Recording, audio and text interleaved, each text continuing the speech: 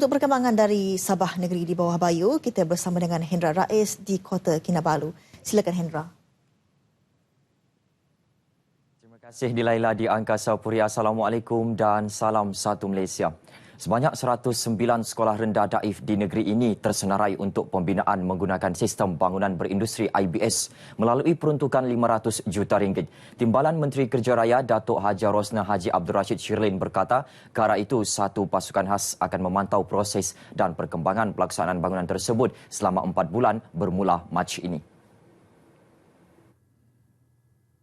Menurut Timbalan Menteri Kerja Raya Datuk Haji Rosnah Abdul Rashid Shirlin, peruntukan RM500 juta itu adalah sebahagian daripada RM1 bilion yang diumumkan Perdana Menteri Datuk Seri Najib Tun Razak dalam bajet 2018 untuk program baik pulih sekolah daif di Sabah.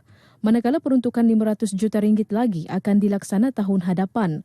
Datuk Rosnah yang juga ahli Parlimen Papar menyatakan perkara itu kepada media selepas program kembara Back to School di Sekolah Kebangsaan SK Tanaki Papar. Kementerian Pendidikan Malaysia melalui Jabatan Pendidikan Negeri telah mengenal pasti sebanyak 74 sekolah yang akan dilaksanakan di bawah KPM dan 35 sekolah lagi di bawah JKR. Dan keseluruhannya 109. 74 sekolah dikendalikan oleh KPM dan 35 buah sekolah dikendalikan oleh pihak JKR Sabah. Dalam program ini seramai 309 pelajar dari SK Kogopon, SK Mandalipau, SK Kaiduan dan SK Tanaki menerima bantuan berupa beg sekolah, kasut, pakaian seragam dan alat tulis sumbangan PLAS Malaysia Sendirian Berhad. Memandangkan juga keadaan sosioekonomi masyarakat di sini, bantuan ini sangat bertepatanlah untuk meringankan beban mereka. Karena apa yang kita dapat hari ini ialah beg sekolah beserta dengan peralatan persekolahan dan ini memang sangat diperlukan oleh pelajar-pelajar di sekolah ini. Saya merasa sungguh gembira dan berterima kasih. Ada kasut, ada baju, stokin, seronok. Dan terima kasih kepada UEM. Kasut, warna, pensel, baju sama seluar. Turut disampaikan replika cek bantuan khas awal persekolahan kepada kesemua sekolah tersebut. Kenyataan Suruhanjaya Pelancongan dan Warisan Kebangsaan Arab Saudi SCTH yang membenarkan wanita berusia 25 tahun dan ke atas memasuki Arab Saudi tanpa mahram disambut baik rakyat Sabah. Pembantu Menteri kepada Ketua Menteri Datuk Haji Arifin Muhammad Arif berkata, kebenaran berkenaan dapat memberi peluang untuk wanita menunaikan umrah dengan mudah. Ini satu keistimewaan yang baik untuk masyarakat kita khususnya di Malaysia untuk menunaikan umrah dan ke Makkah dan ini kemudahan dan saya yakin akan disambut dengan baik oleh masyarakat yang ingin menunaikan umrah. Orang awam yang ditemui juga turut menyambut baik kebenaran tersebut. Untuk wanita yang berdikari, dia boleh pergi dengan sendiri tanpa memikirkan siapa yang dia perlu bawa. Contohnya macam orang yang kehilangan ibu bapa dan dia seorang diri, dia boleh pergi sendiri tanpa dengan siapa-siapalah.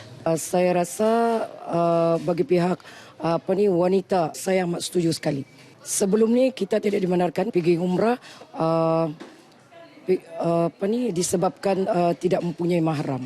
Kebenaran masuk tersebut adalah dengan menggunakan visa pelancong yang akan berfungsi sebagai visa masuk tunggal dan sah selama 30 hari. SCTH dalam kenyataan juga menyatakan inisiatif visa pelancong tersebut bertujuan menaik taraf sistem visa pelancongan sedia ada bagi membolehkan orang ramai meneroka destinasi baharu pelancongan Arab Saudi. Semua sambutan dan perayaan Hari Kebesaran Islam di negeri ini telah diselaraskan Majlis Ugama Islam Sabah MUIS dan Jabatan Hal Ehwal Agama Islam Negeri Sabah JAHINS menerusi Karnival Dakwah Agama Islam Sabah Kardas. Menurut Pembantu Menteri kepada Ketua Menteri Datuk Haji Muhammad Arifin Haji Muhammad Arif, antara sambutan yang diselaraskan menerusi Kardas termasuklah Majlis Sambutan Maulid Rasul, Majlis Tilawah Al-Quran serta Mahrajan. Beliau berkata demikian dalam ucapannya semasa merasmikan Majlis Perhimpunan Sambutan Maulid Rasul peringkat daerah kecil Membakut 1439 Hijriah di Kampung Bin Suluk Membakut. Lebih 600 umat Islam mewakili jabatan, agensi, sekolah dan badan bukan kerajaan NGO dalam daerah Membakut menyertai perarakan ini yang bermula dari Surau Kampung Lika Seberang Bin Suluk ke Masjid An-Nabak Kampung Bin Suluk Membakut. Dalam majlis ini, Tahfiz Darul Yatama menjuarai kategori kontijen terbaik dan teramai, manakala Johan Sepanduk kategori sekolah dimenangi SMK Membakut 2, sementara kategori NGO dan jabatan dimenangi Jabatan Air Membakut, manakala kategori kampung dimenangi Surau Al-Hijrah Kampung Brunei. Anugerah Tokoh Madu Rasul peringkat daerah Membakut disampaikan kepada Haji Awang Kati. Seramai 500 murid kurang berkemampuan dari 19 sekolah rendah dalam Parlimen Kimanis mendapat manfaat menerusi program Sentuhan Kasih Happy to School H2S, program anjuran Biro Keahlian dan Daftar Pemilih UMNO dengan kerjasama Kelab Putera 1 Malaysia KP1M dan Tabung Haji Negeri Sabah itu bertujuan membantu meringankan beban keluarga murid terbabit. Menurut Ahli Dewan Undangan Negeri Adun Bungawan, Datuk Muhammad Haji Alamin, murid berkenaan sebahagian daripada 1,000 murid melibatkan 33 sekolah rendah sekitar Kimanis. Katanya seramai 500 murid lagi yang belum menerima bantuan tersebut akan menerimanya dalam masa terdekat. Semoga dengan adanya bantuan ini akan meringankan serba sedikit para keluarga yang kurang bernasib baik. Oleh kerana hari ini macam-macam mereka berbelanja dan kita bantulah untuk meringankan beban mereka. Datuk Muhammad ditemui pemberita selepas penyampaian bantuan persekolahan Happy to School di Sekolah Kebangsaan SK Nyaris Bungawan. Jelasnya program bersepadu ini antara usaha parti membantu rakyat tanpa mengira kaum, terutama mereka yang memerlukan sumbangan berkenaan. Sementara itu, kegembiraan jelas terpancar pada wajah para murid dan ibu bapa yang menerima bantuan seumpamanya. Saya happy sebab saya dapat beg yang cantik ni. Seronoklah, gembira sebab dulu beg saya rosak. Lepas tu kerajaan bagilah beg baru. Anak saya dapat bantuan peralatan sekolah, berasa seronoklah, meringankan beban. Parlimen Kimanis lokasi ke-68 jelajah program H2S di seluruh negara yang berlangsung sejak Disember tahun lepas. Kolokium Manifesto Orang Muda antara platform menghimpunkan pimpinan muda Barisan Nasional BN Sabah untuk membincangkan dan merumuskan pelbagai pandangan dan aspirasi mereka di peringkat akar umbi selain mempersiapkan parti untuk menghadapi pilihan raya umum ke-14 PRU14 akan datang. Menurut Ketua Sekretariat Kolokium Manifesto Orang Muda merangkap Ketua Pemuda UMNO bahagian Papar, Dato' Armizan Muhammad Ali, kolokium ini merupakan kesinambungan daripada siri Dialog Transformasi Nasional 2050 TN50 Negeri Sabah yang dipelopori pengerusi pemuda BN Sabah, Haji Yamani Hafiz Musa yang juga pengerusi kolokium tersebut. Kita juga akan menggariskan dan merumuskan isu dan juga cadangan yang kita akan angkat kepada pimpinan parti dan kerajaan untuk dipertimbangkan menjadi sebahagian daripada dasar dan program kerajaan.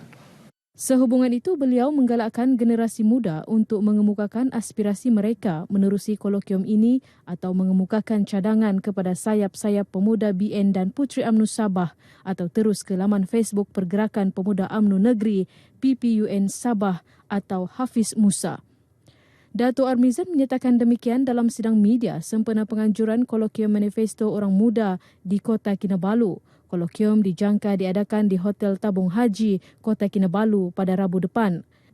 Dalam majlis sama, penjelajah negara Muhammad Mukharrabin Mukhtaruddin menyerahkan bendera kepada Dato' Armizan selepas berjaya menempa nama sebagai penjelajah Grand Slam pertama Malaysia apabila menamatkan misi akhirnya ke titik darjah Kutub Selatan sejauh 111 km dalam ekspedisi penjelajah Grand Slam Malaysia 2017 baru-baru ini. Al-Quran Istanbul terkecil di dunia, Al-Quran terbesar di dunia serta bahan-bahan artifak yang lain termasuklah gambar barang-barang peninggalan Rasulullah SAW antara yang dipamerkan dalam pameran Khazanah Islam di Masjid Bandaraya Kota Kinabalu. Bersama wartawan Sarifah Monadzra Sarip untuk laporan lanjut. Pameran selama 2 bulan ini yang dibuka bermula 9 pagi hingga 6 petang diadakan sempena sambutan ulang tahun Masjid Bandaraya Kota Kinabalu ke-18. Pameran terbuka kepada orang awam serta pelancong yang berkunjung ke Masjid Bandaraya Kota Kinabalu. Pameran ini yang diadakan dengan kerjasama Kerajaan Negeri Sabah merupakan pameran yang inovatif dan kreatif. Mufti Negeri Sabah Datuk Haji Bungsu berkata, pameran khazanah Islam seumpama ini merupakan satu langkah yang amat baik yang memperlihatkan bahawa masjid bukan hanya tempat beribadat, malah sebagai pusat pendidikan. Program yang inovatif dan kreatif bagi sebuah masjid. MBR cuba keluar daripada kepompong masjid yang biasa orang melihat masjid tempat ibadat sahaja. Tapi saya fikir apa yang dibuat di Masjid Bandaraya ini sesuai dengan anjuran Islam sendiri supaya masjid berfungsi sebagai pusat pendidikan.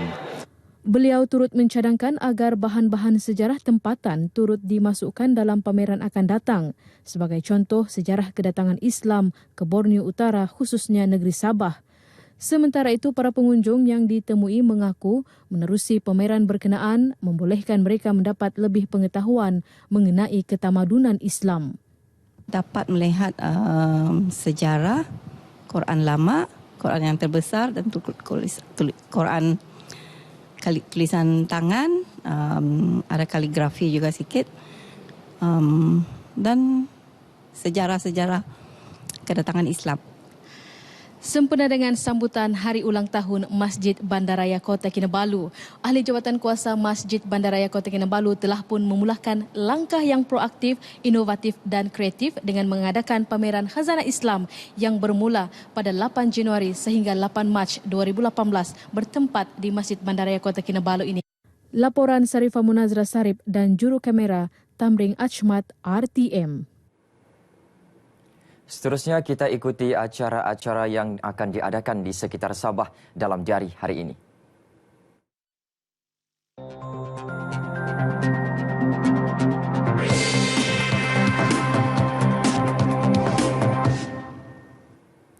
Pada pukul 8 pagi ini diadakan program Happy to School bagi kawasan Dewan Undangan Negeri Dun Pantai Manis di Dewan Masyarakat Baru Papar. Sementara pada pukul 9 pagi berlangsung majlis sambutan Maulidur Rasul Istana Negeri dengan kerjasama Yayasan Nur Jauhar di Istana Negeri Kota Kinabalu. Pada masa sama, program ziarah kasih Parlimen Beaufort diadakan di Kampung Kiambor dan Kampung Mansut, Kuala Penyu.